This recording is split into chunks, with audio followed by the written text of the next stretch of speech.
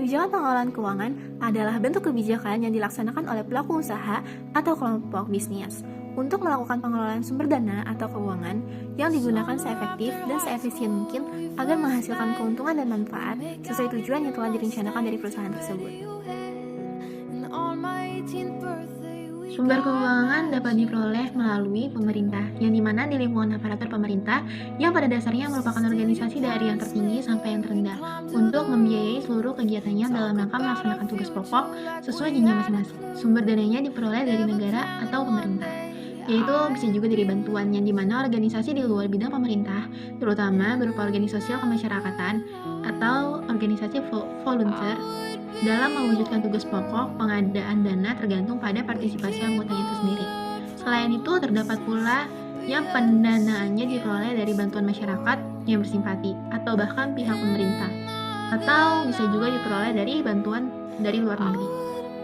Dan milik perorangan, yang dimana organisasi di bidang ekonomi, industri, dan jasa sebagai badan milik perorangan atau sekelompok kecil orang menghimpun dana yang disebut modal untuk mewujudkan kegiatan pokoknya dari para pemilik dan orang lain. Para pemilik dan orang lain tersebut diberi kesempatan untuk memperkuat modal usahanya.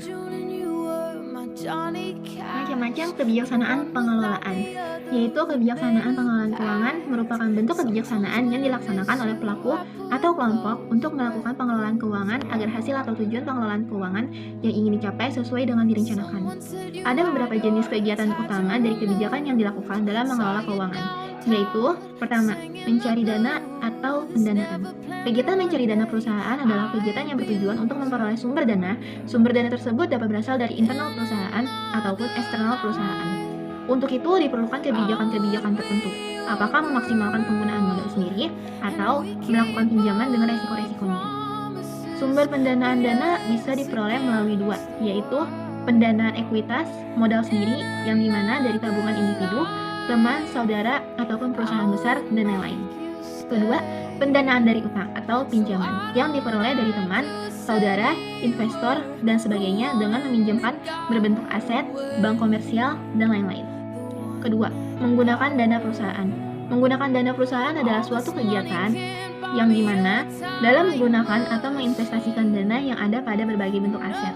Penggunaan dana tersebut dibuat dalam laporan perubahan yang disusun atas dua neraca untuk dua waktu. Rasio keuangan yang dihitung pada umumnya ada 6 jenis, yaitu rasio leverage, rasio likuiditas, rasio penilaian, rasio aktivitas, rasio pertumbuhan, dan rasio profitabilitas. Ketiga, mengelola aset, yaitu suatu aktivitas yang dilakukan setelah dana telah diperoleh dan diinvestasikan, dialokasikan ke dalam bentuk aset. Pengelolaan aset perusahaan harus dilakukan dengan efektif dan efisien agar tidak mengeluarkan dana yang terlalu besar. Dalam ilmu administrasi keuangan, setidaknya ada 6 aspek kebijaksanaan pengelolaan keuangan nasional yang meliputi aspek kebijaksanaan ekonomi, aspek kebijaksanaan utang, aspek kebijaksanaan penghasilan, aspek kebijaksanaan pengeluaran, aspek kebijaksanaan pelaksanaan, dan aspek kebijaksanaan akuntan atau pembukuan. Perencanaan pengelolaan keuangan. Perencanaan pengelolaan keuangan adalah suatu panduan atau pedoman yang disusun perusahaan guna meraih pencapaian tujuan dan membantu peningkatan nilai perusahaan suatu organisasi, badan usaha. Seorang pengusaha atau wira swasta harus bersikap positif dalam merencanakan pengelolaan keuangan, seperti yang pertama adalah penetapan tujuan perencanaan keuangan secara tepat, perencanaan keuangan sebagai motivator dan berusaha mengkomunikasinya dengan pihak terkait. Lalu yang ketiga adalah adanya kepastian bahwa proses perencanaan diikuti oleh pengendalian. Yang keempat, adanya evaluasi strategi keuangan alternatif, dan yang terakhir adalah adanya pengumpulan dan penetapan target efisiensi baik jangka pendek atau juga jangka panjang. Evaluasi dan analisis perencanaan keuangan. Evaluasi dan analisis perencanaan keuangan bertujuan untuk mengetahui apakah perencanaan keuangan benar-benar dapat mencapai tujuannya atau tidak. Evaluasi dan analisis perencanaan keuangan dilakukan dengan mengamati 3 hal, yaitu ada pembiayaan perusahaan, pengeluaran atau pembiayaan dana perusahaan, dan mengklasifikasi kebutuhan anggaran untuk pengelolaan keuangan. Adapun anggaran yang biasanya disusun dan harus diperhatikan perusahaan terdiri dari anggaran variabel, anggaran pengeluaran modal, dan juga ada anggaran piutang dan anggaran kas. Anggaran variabel itu penyusun anggaran variabel itu bertujuan untuk melakukan analisis bagaimana biaya dapat dipengaruhi oleh volume produksi yang dihasilkan. Dan faktor-faktor yang mempengaruhi biaya variabel itu yang pertama adanya pengawasan dari manajemen, berhubungan dan operasional perusahaan, berhubungan dan berhubungan dengan teori tertentu dan memiliki dasar pengukuran biaya. Lalu ada anggaran pengeluaran modal. Dalam anggaran pengeluaran modal ini yang dibahas hanyalah masalah bagaimana cara pengelolaan modal atau investasi. Lalu anggaran piutang merupakan salah satu bentuk anggaran investasi seperti berwujud kas dan dana. Anggaran kas di dalam pengertian akuntansi didefinisikan sebagai alat pertukaran yang dapat diterima untuk pelunasan hutang dan dapat diterima sebagai suatu setoran ke bank dengan jumlah besar nilai nominalnya. Pengelolaan keuangan tidak hanya dibutuhkan oleh instansi atau organisasi saja, melainkan setiap orang membutuhkan suatu pengelolaan keuangan yang baik. Hal ini bertujuan untuk mendukung dan merencanakan setiap tahapan penyampaian yang menjadi tujuan masa depan. Fungsi, dasar, dan tujuan dari pelaksanaan pengelolaan keuangan dapat dioptimalkan dengan melakukan setiap tahapan pengelolaan keuangan sebagai berikut. Yang pertama, dalam kurun waktu tertentu diadakan pengoptimalan berbagai perencanaan kegiatan yang dilakukan. Yang kedua, adanya kegiatan memperlancar segala kegiatan yang terjadi di instansi atau organisasi karena adanya transparansi terhadap keuangan yang dimiliki. Hubungan anggaran terbagi menjadi 3, yaitu yang pertama, hubungan anggaran dengan manajemen. Hubungan anggaran dengan manajemen antara lain anggaran sebagai tolak ukur keberhasilan, yaitu sebagai pertimbangan awal dalam melakukan suatu perencanaan keuangan perusahaan. Manajemen diartikan sebagai suatu ilmu untuk menyediakan perencanaan atau planning, pengorganisasian organisasi, pengarahan atau directing, pengkoordinasian atau koordinasi, dan pengawasan atau controlling. Yang kedua, hubungan anggaran dengan akuntansi. Pengertian hubungan budget dengan akuntansi memberikan data historis yang sangat bermanfaat bagi perhitungan tertentu yang dituangkan dalam budget yang nantinya akan dijadikan sebagai pedoman kerja. Yang ketiga, hubungan anggaran dengan statistika dan matematika. Hubungan antara pengolahan data sebagai penunjang baik saat penyusunan maupun realisasi. 4. Evaluasi dan analisis perencanaan keuangan.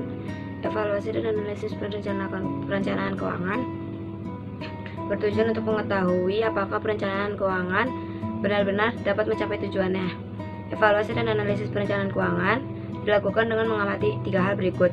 Yang A, pembiayaan perusahaan atau corporate financing. Corporate financing itu adalah ketika perusahaan baru didirikan, pembiayaan pengeluaran jangka pendek dan jangka panjangnya dipenuhi oleh modal awal dari pemilik dan kemampuannya dalam menghasilkan laba. Yang B, pengeluaran atau pembiayaan dana perusahaan. Pengeluaran atau pembiayaan dana perusahaan dibagi menjadi 2, yaitu yang pertama pendanaan jangka pendek dan yang kedua pendanaan jangka panjang. Pendanaan jangka pendek dapat bersumber dari ada beberapa sumber pendanaan jangka pendek seperti berikut.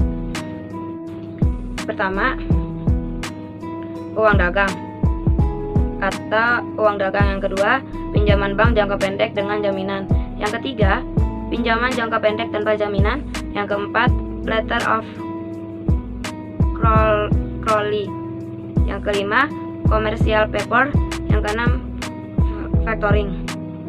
Yang kedua, pendanaan jangka panjang. Pendanaan jangka panjang dapat bersumber seperti berikut. Yang A, pembiayaan melalui utang meliputi utang jangka panjang dan obligasi perusahaan. Yang kedua, pembiayaan dengan modal sendiri meliputi saham biasa. Yang C, penganggaran modal. Penganggaran modal digunakan untuk melakukan tindakan perencanaan dan C, maksud dan tujuan kebijakan pengelolaan keuangan.